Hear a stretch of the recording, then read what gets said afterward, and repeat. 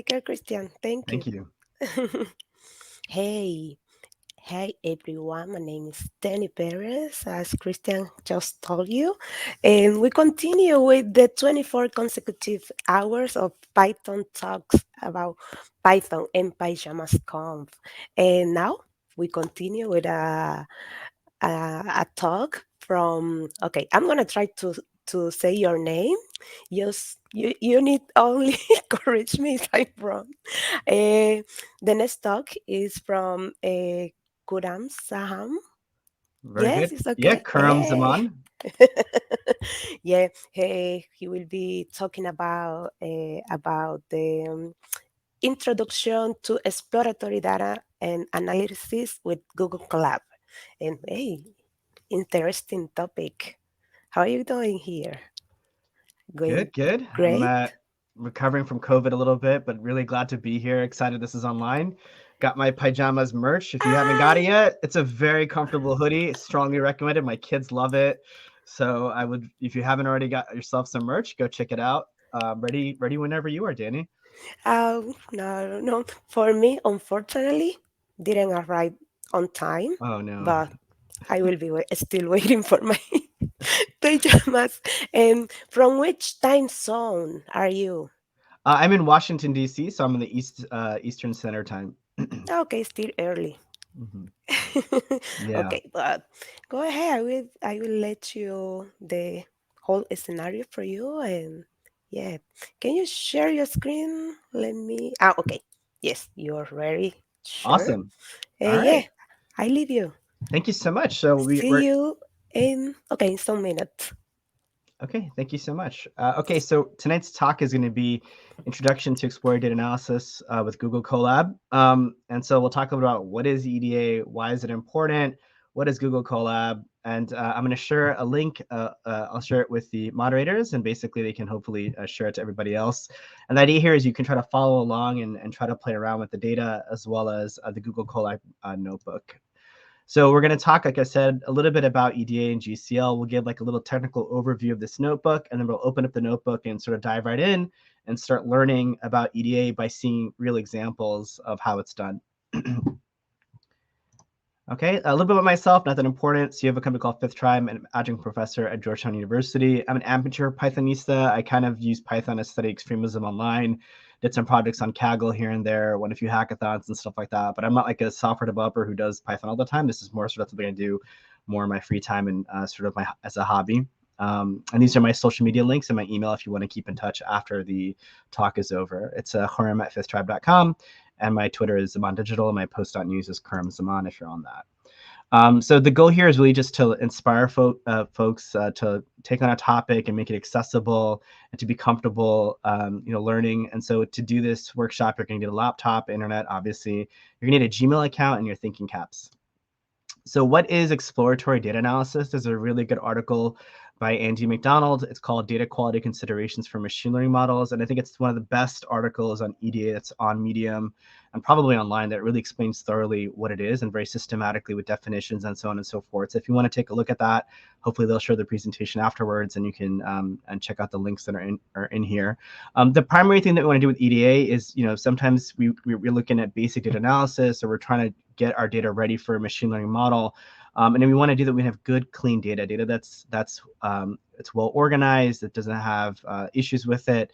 And the purpose of EDA, of exploratory data analysis, is to take an initial look at data analysis, at your data, and identify issues early on. It's kind of the way I would think about it is almost like if you get something from IKEA, like a furniture set, and you open up the box, and you've got the instructions, and then they got pictures of all the different things, and you just want to look and make sure all the pieces that you have are matching what's kind of in the instruction guide. And that's kind of what I think EDA is. You want to make sure that you understand what are all the parts. You want to see if anything's missing. Sometimes you'll see you have extra things. That might be a good thing, might be a bad thing. And so that's really what EDA is doing, is before we do anything really big with our data, we want to just kind of take a look and just just kind of see what's there and what the structure of the stuff is. And we also start generating insights pretty early on just by looking at the data with EDA. So some very simple and common EDA inquiries, if you want to just break it down, is we want to first understand is how much data is there Is there a lot of data? Is there a little bit of data? That influences what types of things you can do on that data. If it's too large, you might have trouble running some functions on it, or running some processes on it. You might not even be able to see the data properly, visualized if you're in a notebook. If it's too much data, you want to get a sense of the shape of the data. Is it really have a lot of rows? Does it have a lot of columns? Is there any data missing is the second kind of inquiry that we have. And if the data is missing, what are you going to do about it? Are you going to try to fill in that data? And if you're going to fill in that data, how are you going to fill it? So if that data is numerical, you can treat it a certain way. If it's categorical, you treat it another way. If you're not going to fill in the data, are there going to be any consequences down the line? So maybe you're trying to run some other sort of sort of visualization, and maybe it's not going to work if the data is missing. So those are things you got to think about. Is there any data missing? You want to make sure that you ask that question. The third thing is the data accurate. One common thing that you'll see is that does the column type match the actual data? So it might look like numbers when you look at it, but if you actually check the column data type, it might actually be an object or something. And so you might need to fix that. Last but not least is the data duplicated. If the data isn't unique, do you want to keep it? Do you want to get rid of it? Those are all sort of questions that you want to think about. There's a ton more, but these are kind of, this is an introductory level. This is kind of the four main things that we want to think about when we're doing our EDA. Okay, what is Google Colab and why use it? So Google Colab, I've recently took a few different online program with MIT called Applied Data Science Program. A lot of it was initially in Jupyter Notebooks, and I used it for quite a bit. And then in the middle of it, we ended up switching to Google Colab, and I really, really liked it for a couple of reasons. And so one is that with Google Colab, there's no software installation necessary on your computer. It's got GPUs, TPUs. It integrates with Google Drive. It runs in the cloud. It's great for collaboration. And it's got some nifty little tiny features that are just small, tiny add-ons that make it just a little bit more delightful to use. And pretty much anything that you can do with Jupyter Notebooks, you can also do with Google Colab. The biggest downside with Google Colab, one reason not to use it, is that it requires internet. And as far as I'm aware of, there's not really a way to use it offline quite yet. And so if you're like in an airplane or you have limited Wi-Fi out in a remote work area, this might not be the best option for you, and you might want to go back to using sort of a Jupyter notebook. All right. So here's a quick technical overview of this notebook and what we're going to be doing with it. We're going to look at 1,000 tweets, or actually it's about 100 tweets regarding the topic of interfaith. And the first thing we're going to do is we're going to set up our Google Colab account. It's pretty easy, but it's basically 2 or 3 steps. We're going to install some libraries. And so the main one we're going to be using is Pandas, but the notebook has Matplotlib, Seaborn, NLTK, Spacey, a few other ones that are there for NLP stuff. You can ignore those. The main one is going to be Pandas. The third thing that we're going to do is we're going to connect to our Google Drive. We're going to open up a spreadsheet that's in there, and we're going to read that CSV of tweets, put it into a data frame, and then we're going to do some analysis of the tweets, the hashtags, visualize it, ideally come up with some observations, and then the last thing we're going to try to do is come up with some recommendations here. All right. So let's go ahead and get started. So this is like a fake brief we have. We've been hired by this interfaith organization. They don't know how to do Twitter. They want to get started, and they got, let's say, 100 tweets with the hashtag interfaith. And our job is just to take a look at these tweets and do some EDA on it and see what insights we can generate and give those recommendations to our leadership. So based off of that, we'll go ahead and dig in. So this is actually a link to the notebook, and I'm going to go ahead and share this in the chat, and hopefully this can go ahead and get shared out as well. And if you get the link to the Google Colab notebook, you'll also get in one of the cells, there's actually a link to the tweets with the CSV. All of this is public, so you can go ahead and copy it and play around with it. But to get started with Google Colab, it's pretty easy. You go to colab.research.google.com. If you're not logged into your Gmail account, then you're going to log in with your Gmail account, and then you're good to go. You just basically create a new notebook, and you can give it a file name. And then there's some basic functionality around, giving, just normal sort of file options. You can edit it, you can view it, you can insert something, you can do runtime tools and help. You can add cells, you can add text. It's very much similar to, like I said, Jupyter Notebooks if you've played around with that. The second thing that we're going to do in Google Colab is go ahead and start installing our libraries. And I'll show you the notebook in just a second. But it's very similar, like I said, to Jupyter Notebook. You're just going to do, if you have to install a Python package, you use pip install. If you've already got the libraries, a lot of them are already kind of built into Google Colab, like Pandas and Seaborn and Matplotlib. You just basically import them and you press the play button and you're good to go. And then we're going to go ahead and connect to Google Drive. And the way that you do that is you're going to mount your Google Drive to your Google Colab. And I'm just going to show this to you. It's much easier to show it in real life. When you mount your Google Drive, what happens is you're going to get a pop-up, and it's going to ask you to choose your Google account. It's going to give you a list of alerts saying, hey, this is what's going to happen if you connect your Google Drive to your Google Colab, and you're just going to hit OK. And then basically, it'll give you the green light to proceed with it.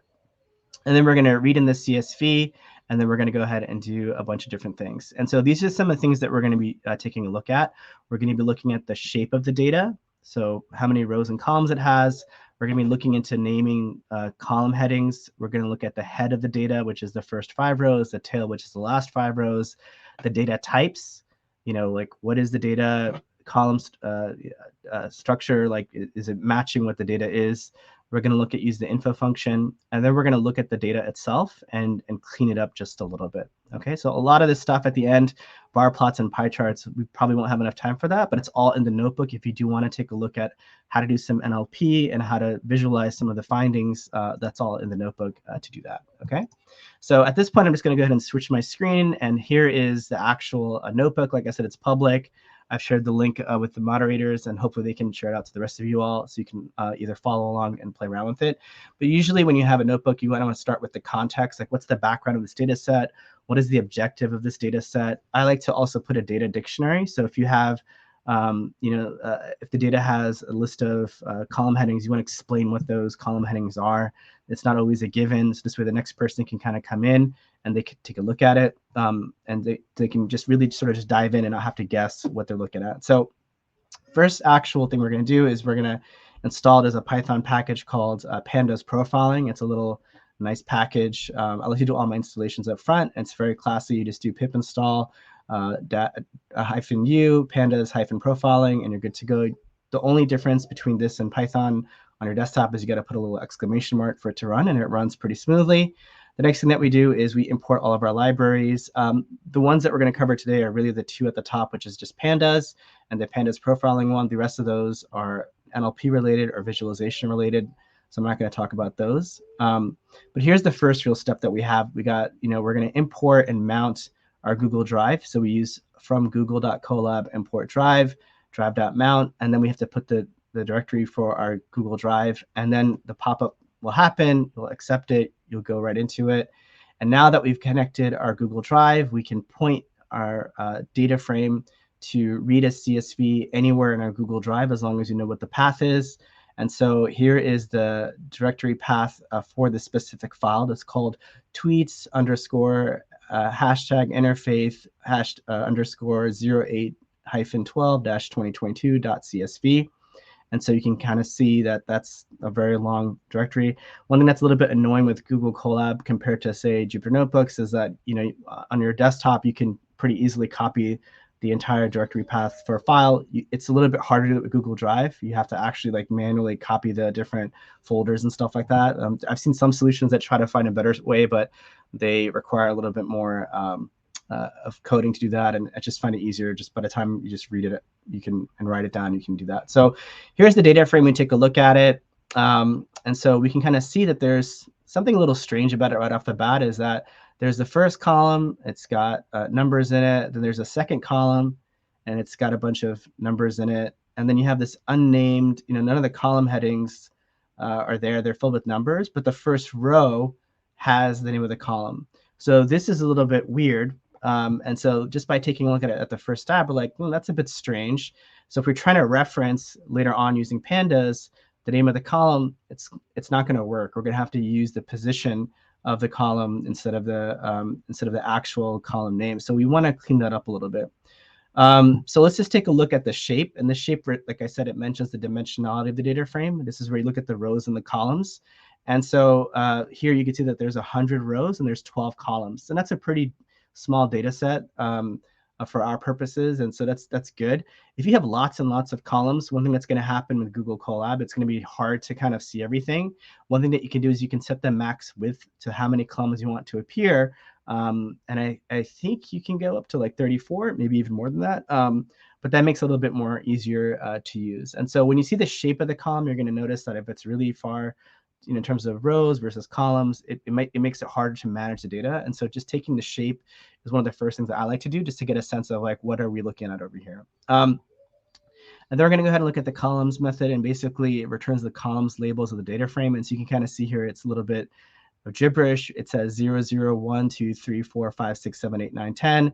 So that's not really helpful. And it has an extra column and a row. We're going to clean this up.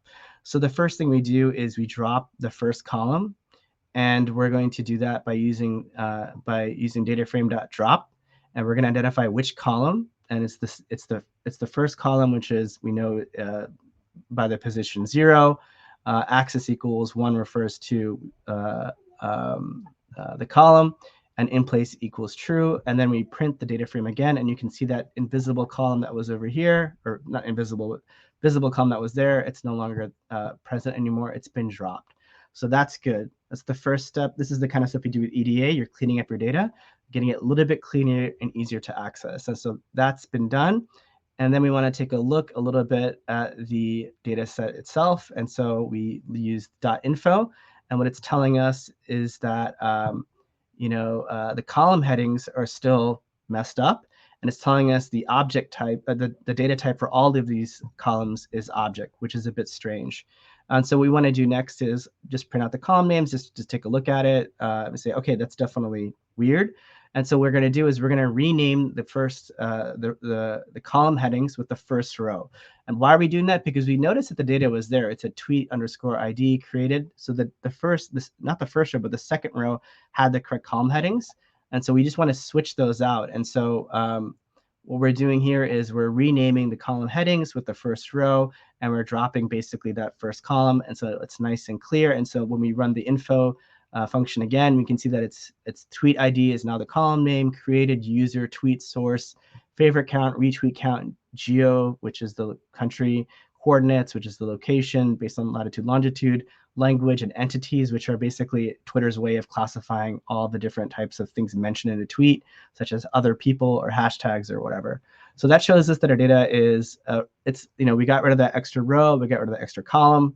And now what we're going to do is, one thing that's still a bit odd is when we look at the data types, favorite count, it sounds like a number, retweet count sounds like a number, and tweet ID sounds like a number. So that doesn't sound like it should be an object. It sounds like we want to make those integers or floats or whatever. And so what we do here is we basically use the toNumeric function, and we convert those columns into numeric columns, and then we run info again, and you can kind of see here that tweet ID is now a float. We can see that favorite count is now an int, and retweet count is now int as well. And so now the data is a little bit easier to use. It's a bit more accurate. So when we're trying to do things like doing value counts, it'll work correctly. The last thing we want to do is to convert the floats into integers. And so that tweet ID, we basically went ahead and cleaned some of that up. And now everything is an integer format. And what we could do here now is we do something called .head of the data frame. And what that does is it gives us the first 5 rows. And so you can see the data is much more cleaned up. We got the tweet ID, created user, tweet, source, favorite count, retweet count, geo coordinates, and language. And we have these entities. And one thing you notice with Google Colab, which is kind of nifty, is they have this button here. I don't know what the name of the button is. I call it the magic button because it looks like a magic wand to me. But when you click on it, it basically converts the cell into this sort of like interactive table, and you can see a lot more of the data that's in there. And so the first tweet that we have here is from 8/13. It's talking about, hey, we're extending a deadline to apply to this fellowship. And that's a retweet of this tweet that's over here, and it's International Youth Day. And so this is the kind of stuff that if you're trying to do EDA and this organization's hired you to see how can they find opportunities for interfaith communities, you're saying, oh, there's a fellowship over here. This is something we found on Twitter, and you guys can, maybe put this share this with our stakeholders and let them know about it. And then to exit this view, you can basically press X and exit out from there. And then this is the tail. We'll press the magic button again, and again, we'll take a look here. and it looks like there is an organization doing an interfaith symposium. There's a interfaith festival in Berlin. And so these are the kind of examples of opportunities that you're finding by scraping Twitter that you can present to leadership and show them what's going on. And then this is the entities column over here. You can see it's got a lot of stuff in it. It's hard to see that data. We'll break that out a little bit later on and using our visualization and NLP stuff. Then we kind of want to take a look at, like, now that we've cleaned up sort of the extraneous headers and rows, we've fixed the data types, we want to kind of see, like, like, is there data here that we're looking at really unique? And so we can do the account to see the unique values in each column, and then we can drop the duplicates. And so the data that we're looking at is a bit more cleaned up and precise.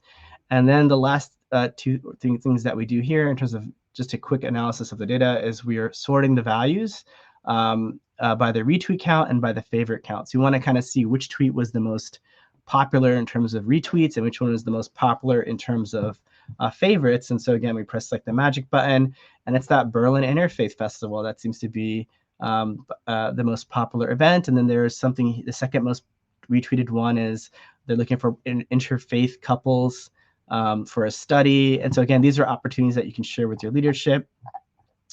And then in terms of favorite counts, this is somebody who tweeted about speaking at the White House, and so on and so forth. There's International Youth Day again. And so again, you're just looking at the data and you're getting some pretty quick insights. So that's kind of a lot of work. And so I mentioned that there was a Pandas profile package that we installed in the beginning. What we do here is you can just install it, you import the necessary library, and then you run it. And what this does is it does a lot of the heavy lifting for you in terms of some of the EDA stuff. It kind of gives you this nice little visualization that's inside of a cell, and it gives you these alerts. And so it says the geo column has a constant value of 0. Basically, the whole thing is like empty. Maybe we should just drop that column. Same thing with coordinates. It's also largely empty. And then you can see that there's no missing cells because we've cleaned up the data pretty well. We dropped the duplicate rows. It shows you the memory, the variable types, numeric versus categorical. And then what it does, which is really helpful, it goes like sort of like column by column, and it gives you an analysis of that data, which I find to be pretty helpful. Sometimes it's not helpful, but a lot of the times it is. And then what it also does is it has these interesting visualizations like correlations. That might not be that useful for this data set because, why would we have the correlation for tweet ID? That's not probably relevant to a lot of the content of the tweets. But you can sort of see here if there's any missing values. And then it gives you, again, sort of the head and the tails. It's all built in. So this is a cool little Python package. It does like a condensed version of EDA. But that's kind of it in a nutshell. I'll show you kind of what the rest of this notebook looks like. This is all NLP stuff. It's using the NLTK library, and it's pulling out sort of the top hashtags, the top mentions, and then it goes into the top words overall. Who are the top organizations mentioned? Who are the top people mentioned? And what are the top apps that were being used? And then the apps is like kind of like a pie chart. And so again, just a little bit of analysis, nothing too crazy. We've already kind of got some opportunities for our leadership. We can write that at the end. In terms of our observations, like what were the most popular tweets, what were the most interesting opportunities, what are some recommendations that we give to the organization. Okay, and I think I'm about 5 minutes left, I believe, and so I'll open up to questions if anybody has any. Hey. Let me check the chat if we have some questions for Khuram. No questions. Take the chance to do some question for. You can still have 5 minutes. 4. Okay, cool. Are you Yeah. enjoying the conference? Yeah, it's been really cool. I've been listening in on some of the other talks. Yeah, so I got a question that says, what is the most difficult part in the demo? I think the NLP stuff is like, it's very resource intensive. And so with 100 tweets, it works pretty well. When you start getting into thousands and thousands of tweets, it gets, you need to start doing some like batch processing and breaking up the data into chunks. And that's why using the shape function at the beginning is very useful, because sometimes you look at the data and you might say, oh, this is a small data set. I can do all sorts of analysis on it. But if you start getting it to the point where it's really, really large, you're going to have a hard time, even with Google Colab and even with the Colab Plus account, which I have the most upgraded version. Google Colab in general is free, but if you want to pay for more resources, I forgot how the pricing model goes, but basically I think it's like $7 or $8 a month. It doesn't go up too much. But when you start doing really resource intensive stuff, then figuring out how to break up the data, I find it to be challenging. And so one use case I have is when I look at extremist content on YouTube or other sort of video platforms. We use I forgot which AWS library it is, but there's a tool they have that does transcription. It's probably like AWS Transcribe or something. I forgot. But what it does is it takes a video and it creates all this text out of it, and it's great. But if you want to go through a couple thousand transcripts, I mean, generates so much text that when I was using Google Colab, I had to figure out how to like break it up into and process it in different ways. So that was, I think, the hardest part is you get it all working and you connect everything, and then you start trying to put in lots of data, and then you get a whole other problem. It's more data, more problems. Yeah, no, I hope so. Everyone is enjoying this Pyjamas Conf 22. And Khuram, thank you so much. It was a great talk. And yeah, for everybody, and these talks will be in the in YouTube channel for the Pajamas Conf. You can go and check. And if you want to have more questions for Kuram, go through the Discord. We are in communication in Discord. And thank you. Do you want to say something before Just want to say go? thank you so much. Enjoy the rest of the conference. Bye, everybody.